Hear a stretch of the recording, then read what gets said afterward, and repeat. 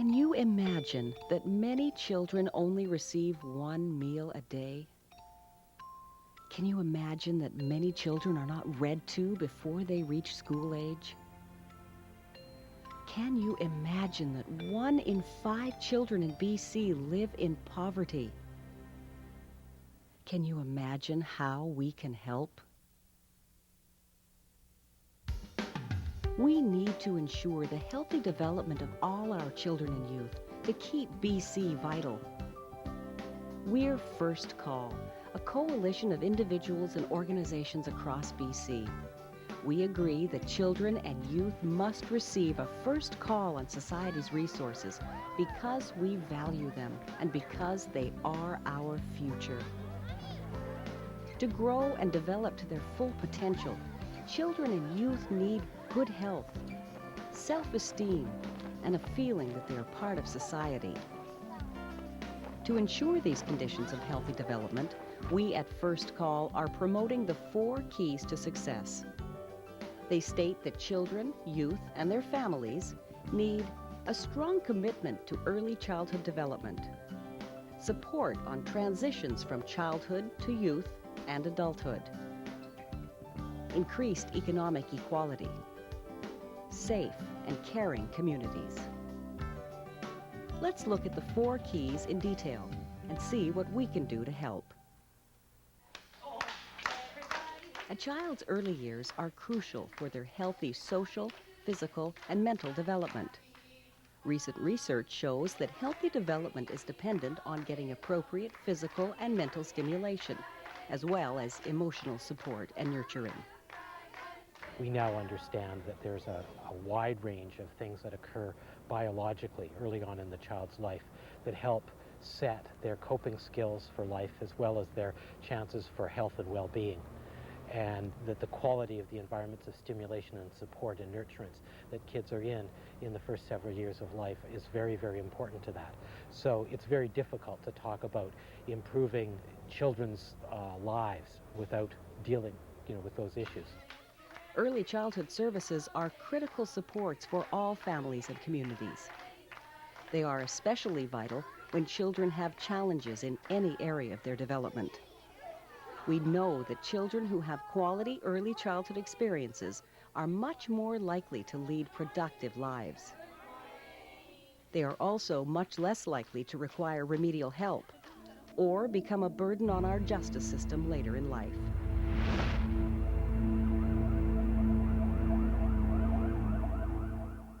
The most effective time to reduce juvenile delinquency is actually between the ages of 2 and 5, when kids' social and behavioral development is at its peak, and that in fact most of those kids who end up engaging in physically aggressive behaviors in teenage and young adulthood are like that in that period and don't get picked up and worked with early enough. You can help by volunteering with an organization that supports young children. You can do something as small as interacting with the children in your neighborhood. It takes a village to raise a child, and all of us must take an active part.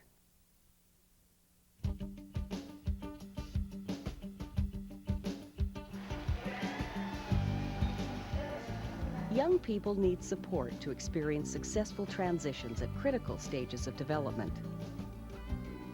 How a youth handles these important life changes has a great effect on their future success. These important changes include elementary to secondary school, secondary to post-secondary, training, or jobs. Many factors affect youth's ability to make successful transitions, including income, gender, culture, and social supports.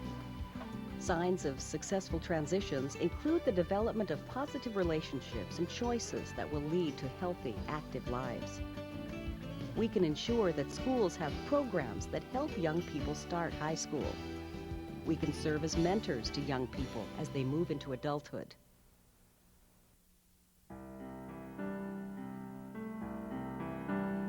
There is no doubt that being poor can present many additional challenges when it comes to raising children. In June 2000, UNICEF published a report that surveyed the world's richest nations. Of the top 22 countries, Canada rated 17th on levels of relative child poverty with 15.5%, while Sweden had a child poverty rate of only 2.6%. Many people in British Columbia are working poor. If two parents are working full-time at minimum wage, they can be trying to raise a family on as little as $15 per hour.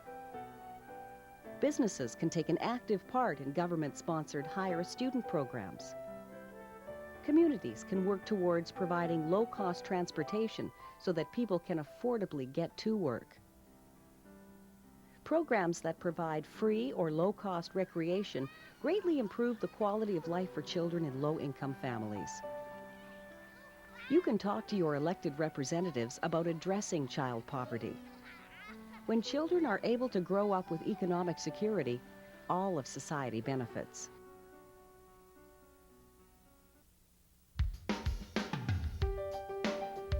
A safe and caring community provides an environment in which people care about and participate in ensuring the safety and well-being of children and youth.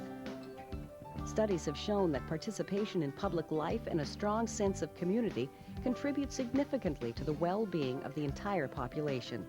In a community, you want to provide a safe environment, and that happens when the youth are helping out, and it's kind of like a chain reaction.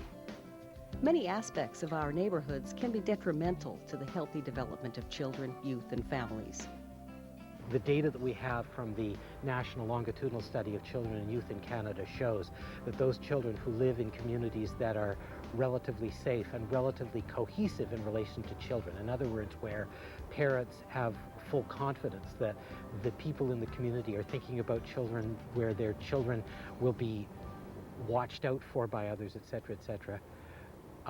Children in those communities are developing much better than communities which are thought to be indifferent or relatively unsafe. And so there's lots of reason to want to put an emphasis on that. Volunteer in your community. Team up with others to take on community issues. A safe and caring community benefits everyone. Once again, the 4 keys to success are: a strong commitment to early childhood development, support on transitions from childhood to youth and adulthood, increased economic equality, and safe and caring communities. Only by each of us doing our part will we be successful in making change. Add your voice to others around the province and help bring the keys to success to all of BC's children and youth. If we all become just one small part of the solution, can you imagine?